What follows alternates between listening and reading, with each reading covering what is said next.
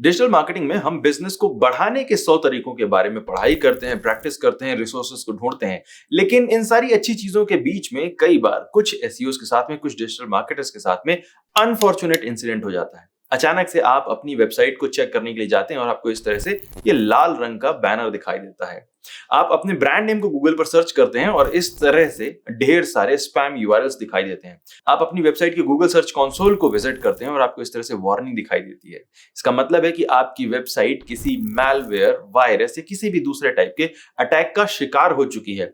अब आपके सारे डिजिटल मार्केटिंग कैंपेन के प्लान, कंटेंट के प्लान और बैकलिंक्स के कैंपेन धरे के धरे रह जाते हैं और आपके पास चैलेंज है अपनी वेबसाइट को इस अटैक से बाहर निकालना, अपनी वेबसाइट के एसईओ को इस अटैक से बचाना। बड़े से दिखने वाले, इम्पॉसिबल से दिखने वाले टास्क को कैसे कवर करें, ये हम जानेंगे आज की वीडियो में। तो जब भी किसी वेबसाइट के ऊपर Japanese keyword hack, malware attack या किसी भी दूसरे टाइप के सिक्योरिटी चैलेंजेस आते हैं तो लोगों के सामने सबसे बड़ी प्रॉब्लम ये होती है कि वो आखिर इस प्रॉब्लम को सॉल्व करना कहां से शुरू करें।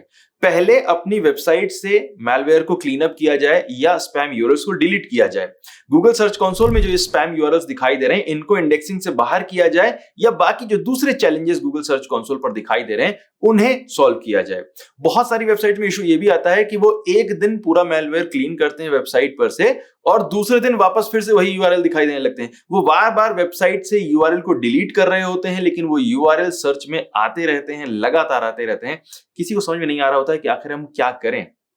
आपको कुछ इधर उधर सोचने की जरूरत नहीं है। 10 स्टेप हैं। इन सारे 10 स्टेप्स को अगर एक से लेकर 1 2 3 4 5 6 7 8 9 10 तक कंप्लीट कर लेंगे तो ये जो पूरा अटैक वाला प्रॉब्लम है ये अपने आप सॉल्व हो जाएगा। सो एक एक स्टेप को देखते हैं। थोड़ा सा एक ये स्ट्रेटजी ओवरव्यू टाइप का वीडियो है, इसीलिए एक कोई ऐसा स्टेप नहीं होने वाला है जिसको यहां पर बटन क्लिक करोगे तो ये पूरी वेबसाइट क्लीन हो जाएगी। नहीं, चैलेंज बड़ा है, प्रॉब्लम बहुत बड़ी है, इसीलिए इसे थोड़ा सा डिटेल में समझना पड़ेगा। हर वीडियो से रिलेटेड कुछ खास एसेट्स हमारे पास हैं, जो वीडियोस हैं, जो आर्टिकल्स हैं, उनके लिंक आपको इस वीडियो के डिस्क्रिप्शन में मिल जाएंगे। आप उन्हें फॉलो कर सकते हैं टाइम पड़ने पर। Hello everyone, I am Amit Tiwari for amittiwari.net और आज के वीडियो में हम एक बहुत ही इंपॉर्टेंट सीरियस टॉपिक के बारे में बात करने जा रहे हैं, जो है अपनी वेबसाइट की ब्रांडिंग, उसके एसईओ, उसके मार्केटिंग प्लान को किसी भी तरह के मैलवेयर अटैक के बाद बचाना। नाउ इस वीडियो ट्यूटोरियल में हम सारे एग्जांपल वर्डप्रेस वेबसाइट के पॉइंट ऑफ व्यू से ले रहे हैं, बट अगर आपकी वेबसाइट वर्डप्रेस के अलावा किसी और प्लेटफॉर्म है तो भी ये सारे प्रिंसिपल वैसे ही काम करेंगे। हो सकता है टूल्स कुछ चेंज हो जाए लेकिन जो प्रिंसिपल है, जो रूल्स हैं, वो सारे के सारे यही काम करेंगे। सो पहला स्टेप है scan and remove malware from your website. आपको अपनी वेबसाइट को स्कैन करना है और इसके बाद जो भी मैलवेयर उसमें है उसको रिमूव करना है। वर्डफेंस और सुकुरी टाइप के बहुत सारे ऐसे प्लगइन्स हैं जिनको बहुत टाइम से लोग रेकमेंड कर रहे हैं। मैंने भी कई सारे वीडियोस में पहले यूज किया हुआ है, लेकिन इन सारे प्लगइन्स के साथ में एक ये जो डीप रिमूवल वाली प्रॉब्लम है ना, ये बनी रहती है बिकॉज ये दोनों ही टूल जो है बहुत ही कॉमन लेवल पर वर्डप्रेस वेबसाइट को स्कैन करके और कॉमन इश्यूज को रिमूव करने के लिए जाने जाते हैं। बट आजकल जितने भी मैलवेयर अटैक्स होते हैं वो बहुत ही सोफिस्टिकेटेड होते हैं, वेबसाइट को टारगेट करके लिखे जाते हैं। भाई एआई का जमाना है, कंटेंट लिखने वाले नहीं, वायरस लिखने वाले भी बड़े स्मार्ट हो चुके हैं। सो अपनी वेबसाइट को स्कैन करके मैलवेयर को रिमूव करने के लिए आप मैलकेयर नाम के प्लगइन को यूज कर सकते हैं। इस प्लगइन को इंस्टॉल करने और यूज करने का तरीका मैंने ऑलरेडी एक वीडियो में बताया हुआ है, लेकिन इस टूल की खासियत क्या है? सपोज कि आपकी वेबसाइट पर अटैक हो चुका है और आपको अपनी वेबसाइट को स्कैन करना है, तो आपको सिर्फ इस ऑप्शन पर जाना होगा। ये आपकी स्क्रीन पर आपको स्टेप्स दिखाई दे रहे हैं और यहां पर जब आप एक्चुअली में कोई भी मैनुअल स्कैन रिक्वेस्ट करते हैं तो आपसे पूछा जाता है कि किस तरह की प्रॉब्लम आपकी वेबसाइट पर दिखाई दे रही है। क्या जापानीज कीवर्ड अटैक है या एसईओ स्पैम है या किसी भी दूसरे टाइप की प्रॉब्लम है। तो जब आप ये सही ऑप्शन सेलेक्ट करने के बाद सबमिट करते हैं तो आपकी वेबसाइट को स्पेशली उसी प्रॉब्लम के लिए स्कैन किया जाएगा और ये ऑटोमेटेड स्कैन नहीं है, रियल ह्यूमन इंजीनियर्स आपकी वेबसाइट को स्कैन करके उसमें से मैलवेयर निकालते हैं। राइट, जहां पर ऑटोमेटेड रूल्स यूज किए जा रहे हैं वो भी स्पेशली उसी प्रॉब्लम के हिसाब से सेट किए गए ताकि आपकी वेबसाइट से ये प्रॉब्लम एक्चुअली में हटे। सिर्फ ऐसा नहीं कि थोड़ी बहुत फाइल्स को करेक्ट किया, उन्हें अपडेट किया और काम हो गया।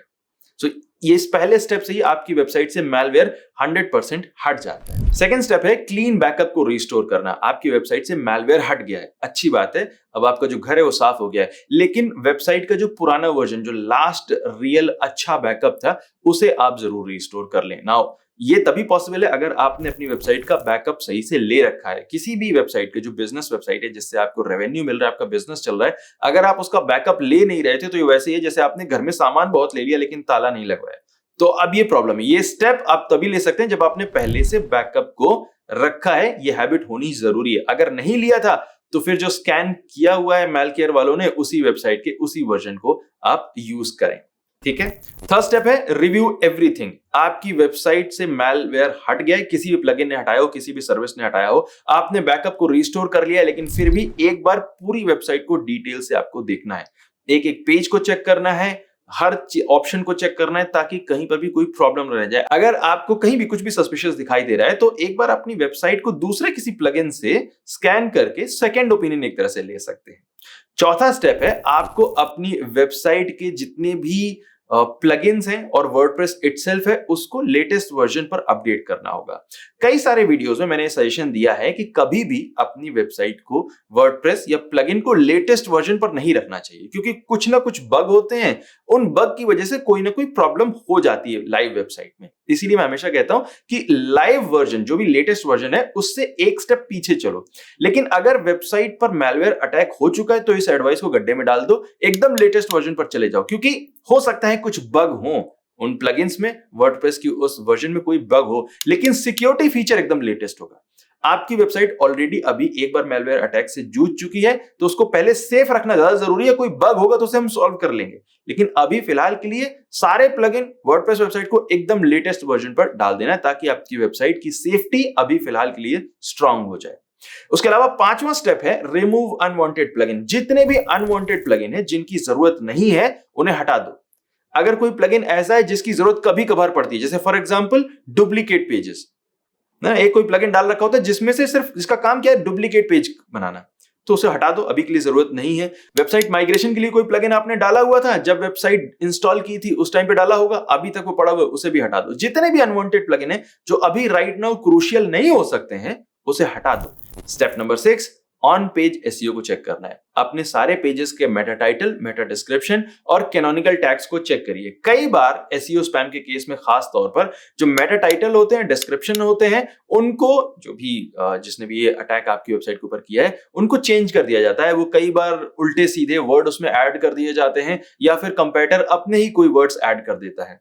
इसके अलावा कैनोनिकल टैग्स को भी चेक करना बहुत जरूरी है, क्योंकि कई बार कोई भी अगर नेफेरियस एक्टिविटी आपकी वेबसाइट के ऊपर हुई है, किसी ने आपकी वेबसाइट का एक्सेस गेन कर लिया था, तो वो आपके इंपॉर्टेंट पेजेस पर अपने टारगेट यूआरएल्स को कैनोनिकल सेट कर सकता है, जिससे आपकी वेबसाइट का ट्रैफिक कैनोनिकल पेज यानी कि जो पेज उन्होंने ऐड किया है वहां तक चला जाए। ऐसे प्रॉब्लम से बचने के लिए आपको अपने सारे पेजेस के title, description, Meta title, Meta description और कैनोनिकल्स को इंडिविजुअली चेक करना है। कहीं ऐसा ना हो कि ये जो इंपॉर्टेंट एलिमेंट है ये आपके हट जाएं, हिल जाएं और आपकी वेबसाइट को नुकसान हो।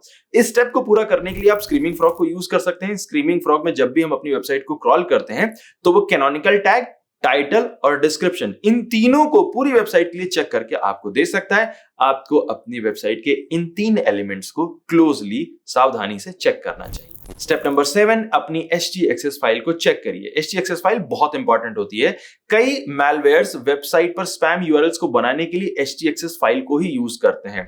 वेबसाइट ओनर जाते हैं अपनी वेबसाइट पर मैलवेयर को क्लीन करते हैं और इसके बाद उन्हें लगता है कि उन्होंने सारे स्पैम यूआरएल्स हटा दिए हैं, लेकिन दूसरे दिन वो यूआरएल्स फिर से बन जाते हैं, क्योंकि ये सब कुछ आपकी वेबसाइट के अंदर से नहीं आ रहा है बल्कि htaccess फाइल से आ रहा है। और जब भी आप किसी भी टूल से, किसी भी प्लगइन से अपनी वेबसाइट के मैलवेयर को क्लीन करते हैं तो वो htaccess फाइल तक नहीं पहुंच पाता है। सो अपनी htaccess फाइल को देखिए और पहचानने की कोशिश करिए कहीं उसमें कोई अननोन रूल तो नहीं है।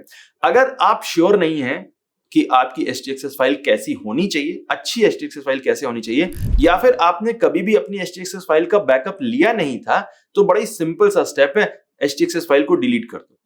डिलीट करके जैसे भी पहली बार आप वेबसाइट को विजिट करोगे ये अच्छी htaccess फाइल अपने आप बन जाएगी। लेकिन जैसा कि ये सीक्वेंस में आ रही है ना सब कुछ, जब वेबसाइट का मैलवेयर क्लीन कर दिया है, हटा दिया है, उसके बाद ही htaccess फाइल को डिलीट करना है या रिस्टोर करना है, उससे पहले नहीं करना है। स्टेप नंबर 8 है अपने एक्सटर्नल और इंटरनल लिंक को चेक करना है। बहुत सारे मैलवेयर्स किसी भी वेबसाइट के इंटरनल लिंक में अपने यूआरएल ऐड कर देते हैं, एक्सटर्नल लिंक में अपने यूआरएल ऐड कर देते हैं, जिससे आपकी वेबसाइट का जो एसईओ है उसका बेनिफिट मिलने लगता है उनकी टारगेट वेबसाइट को। इसको रोकने के लिए आपको अपनी वेबसाइट के सारे इंटरनल और एक्सटर्नल लिंक्स को एक एक करके चेक करना चाहिए। आई अंडरस्टैंड ये टास्क बड़ा हो सकता है, बट किसी ने भी नहीं कहा है कि ये जो वेलवेयर को हटाना है ये अपने आप में कुछ छोटा टास्क है, ये है बड़ा टास्क, इसीलिए उन्होंने आपका नुकसान करने के लिए तो सब कुछ किया हुआ है। सो अगेन, इंटरनल और एक्सटर्नल लिंक्स को चेक करने के लिए भी आप किसे यूज करेंगे? स्क्रीमिंग फ्रॉग को। स्क्रीमिंग फ्रॉग पर वेबसाइट को जैसे ही आप क्रॉल करेंगे आपको इंटरनल और एक्सटर्नल लिंक की लिस्ट मिल जाएगी। इस लिस्ट को एक्सपोर्ट करके आप अपने कलीग्स के साथ में चेक कर सकते हैं। अगर कहीं पर भी कोई ऐसा यूआरएल दिखाई देता है जो आपका नहीं है, जो आपकी जान पहचान का नहीं, उसे तुरंत ही हटा देना है वेबसाइट से। स्टेप नंबर 9 है एसएसएल सर्टिफिकेट को चेक करना। इस पूरी भसड़ में कई बार वेबसाइट ओनर्स ये नहीं देख पाते हैं कि उनकी वेबसाइट जो अभी तक एसएसएल सर्टिफिकेट के साथ में HTTPS पर चल रही थी वो सडनली HTTP पर चलने लगती है।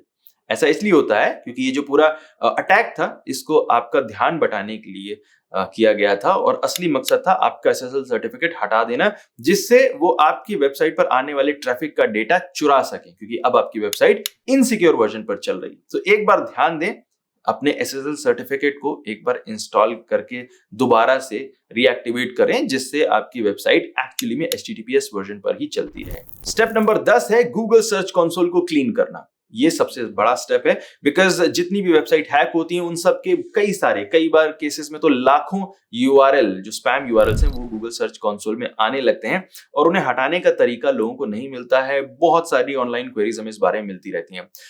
टिपिकली ये प्रॉब्लम जितनी बड़ी दिखती है उतनी है नहीं, थोड़ा सा पेशेंस और थोड़ी सी टेक्निक चाहिए होती है। सबसे पहले तो जब आपने अपनी वेबसाइट को क्लीन कर लिया है, जब htaccess फाइल आपने हटाकर दोबारा से जनरेट कर ली है, स्पैम पूरा हटा लिया है, तो आपकी वेबसाइट पर जितने भी स्पैम यूआरएल्स अभी गूगल सर्च कंसोल में दिखाई दे रहे होंगे या गूगल सर्च में दिखाई दे रहे होंगे, वो सारे 404 हो जाएंगे, क्योंकि अब वो पेजेस, स्पैम पेजेस आपकी वेबसाइट पर है नहीं, राइट? तो वो सारे के सारे 404 हो गए ऑटोमेटिकली। गूगल कुछ दिनों में पकड़ लेगा कि ये सारे यूआरएल 404 हैं, उन्हें सर्च से हटा देगा, और सर्च से हटाने के बाद आपको आपकी गूगल सर्च कंसोल में जो पेज नॉट फाउंड 404 एरर है उसका नंबर बहुत ज्यादा दिखाई देगा। लेकिन उससे कोई फर्क नहीं पड़ता है, गूगल थोड़े दिनों में समझ जाएगा कि ये एक अटैक था और ये भी एरर चली जाएंगी। अगर आपके गूगल सर्च कंसोल में 404 error, page not found 404 error, अगर नंबर ज्यादा दिखाई देता है तो भी कोई दिक्कत नहीं, वेबसाइट तो अच्छी चल रही है ना, तो उस नंबर के ज्यादा होने से कोई फर्क नहीं पड़ेगा। नाउ आई अंडरस्टैंड कि अगर आपके ब्रांड नेम से रिलेटेड यूआरएल पर इस तरह से जापानीज कीवर्ड वाले यूआरएल दिखाई दे रहे हैं तो ये आपकी ब्रांडिंग को नुकसान पहुंचाते हैं, और इन्हें गूगल सर्च से हटाने के बहुत ज्यादा तरीके अवेलेबल नहीं है अनफॉर्चुनेटली, बिकॉज जितने भी यूआरएल्स होते हैं वो रैंडम होते हैं। अगर इन यूआरएल का अपना कोई फिक्स पैटर्न है, फॉर एग्जाम्पल example.com/some tag/ इसके बाद जापानीज कीवर्ड, अगर ऐसे आ रहे हैं आपके यूआरएल, तो आप इस यूआरएल के पार्ट को यूज करके अपने सर्च कंसोल में जाकर रिमूवल टूल को यूज करके आप इस यूआरएल को हटा सकते हैं। बट अनफॉर्चुनेटली अधिकतर जब भी इस तरह के अटैक होते हैं ये ट्रिक काम नहीं आती है, क्योंकि मेन डोमेन नेम पर ये सारे के सारे यूआरएल बनाए जाते हैं और इसमें कोई भी पैटर्न ढूंढ पाना मुश्किल होता है। ऐसा भी पॉसिबल नहीं है कि आप इन सारे यूआरएल्स की लिस्ट को एक बार लेकर एक एक करके मैनुअली सबमिट कर पाए, बिकॉज ये जो नंबर है इन यूआरएल्स का वो लाखों में होता है, और गूगल सर्च कंसोल 1000 से ज्यादा यूआरएल्स को आपको एक्सपोर्ट करने की फैसिलिटी नहीं देता है। इवन अगर आप एपीआई यूज करते हैं तो भी आप ज्यादा से ज्यादा 2000 यूआरएल्स को ही एक्सपोर्ट कर सकते हैं। बट अगेन अच्छी बात यह है कि अगर आपने अपनी वेबसाइट को क्लीन कर लिया है बाकी अभी से पहले के 9 स्टेप्स को फॉलो करके, तो ये यूआरएल थोड़े दिनों में अपने आप ही गूगल हटा देगा। इस प्रोसेस को फास्ट करने का एक तरीका है जो है साइट मैप। आपने अपनी वेबसाइट को क्लीन कर लिया है, बैकअप को रिस्टोर कर लिया है, तो अब आपके पास जितने भी पेजेस हैं वेबसाइट पर वो सारे के सारे अच्छे यूआरएल्स हैं। ओके, तो अब इस अच्छे यूआरएल्स वाले साइट मैप का यूआरएल आप कॉपी करें, अपने गूगल सर्च कंसोल में जाएं और अभी आपने जो साइट मैप सबमिट कर रखा है या कर रखे हैं उन्हें डिलीट कर दें एक एक करके। प्रोसेस आपको स्क्रीन पर दिखाई दे रहा है, आपको सिर्फ साइट मैप पर क्लिक करना है, यहाँ 3 डॉट पर क्लिक करना है एंड देन इसके बाद इस बटन को क्लिक करें, साइट मैप हट जाएगा, राइट?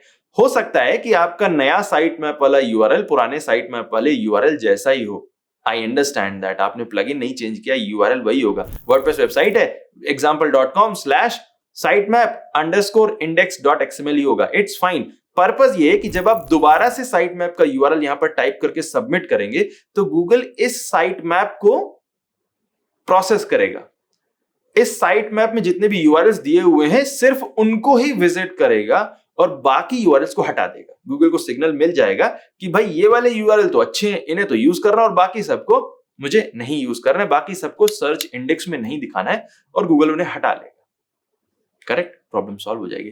थोड़े दिन वेट करना पड़ सकता है क्योंकि लगता है कि ये सारी प्रोसेस बड़ी जल्दी जल्दी हो जाती है, गूगल है अब दुनिया का सबसे बड़ा सर्च इंजन है, बट कुछ दिन लग सकते हैं, कई बार कुछ हफ्ते भी लग सकते हैं, जहां पर गूगल पूरी जब तक आपकी वेबसाइट को और आपके कंपेटिटर की वेबसाइट को एक बार क्रॉल नहीं कर लेता, वो एहसास नहीं कर पाता है कि ये यूआरएल स्पैम है और इन्हें यहां पर नहीं दिखाना चाहिए।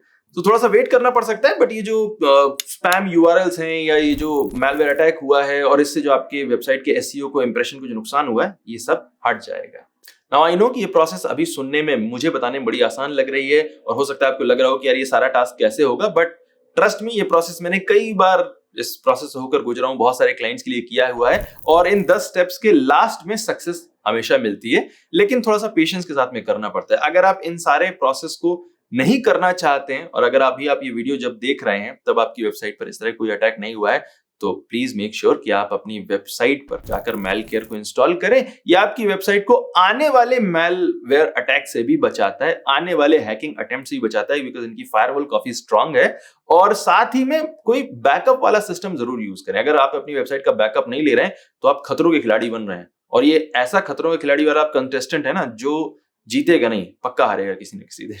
तो इसीलिए खतरों के खिलाड़ी मत बनिए, सेफ रहिए। बिजनेस करना है हमें, शो नहीं करना है। मिलते हैं अगले वीडियो में। Thank you so much watching this video. My name is Amit Tiwari from tiwari.net and I will see you next time. Take care.